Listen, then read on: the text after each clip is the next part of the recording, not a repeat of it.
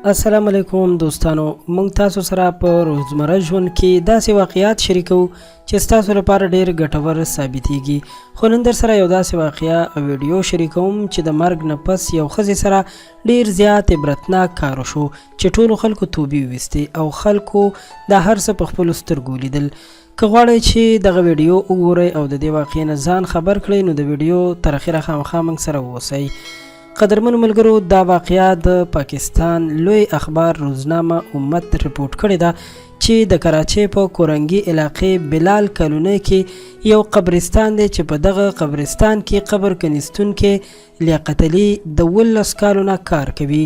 لیاقت علي په خپلو خبرو کې ویلي دي چې څو کاله وړاندې په دې قبرستان کې ما یو قبر تیارولو چې کله مې قبر کنیستلو نو په دغه دوران کې د قبر نه په لوی تعداد کې لړمانان راووتل.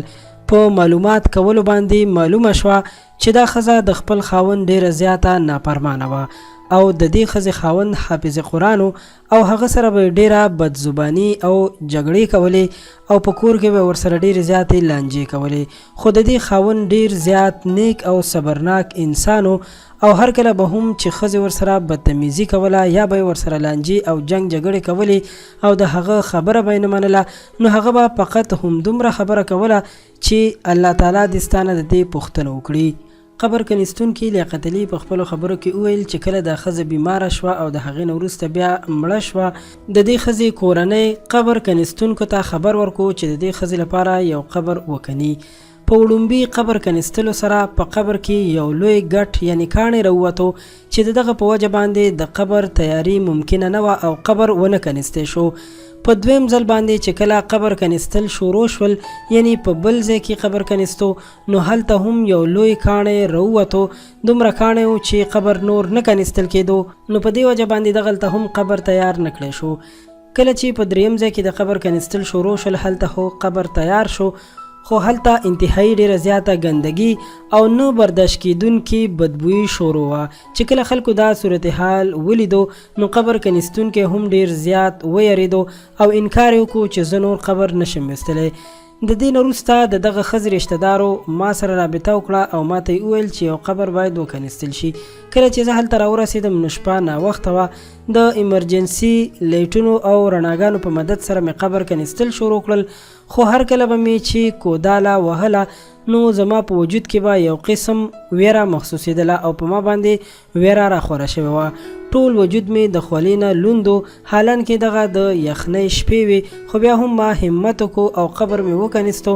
کله چې قبر وکنیستل شو نو په لوی تعداد کې دغه قبر نه لړمانان راووتل. کله چې خلکو دا هر څه ولیدل نو ډیر زیات ویریدل. په رپورټ کې دا هم ویل شوي دي چې بیا دغلته موجودو خلکو د دې ښځې خاوند ته وویل چې که هر څه شوي وي خپله ښځه دې معاف کړه او دعا ورته وکړه چې قبر ورته ځای ورکړي. د هغې نه وروسته یې خاوند ورته دعاګانې وکړلې او تلاوت یې شروع کړو چې دغه لړمانان ورو ورو غیبېدل یعنی ورکېدل او بیا یې دغه ښځه په قبر کې دفن کړه. یعنی دا ښځه د خپل مرګ نه 14 ګنټې وروسته په قبر کې دفن کړی شوه.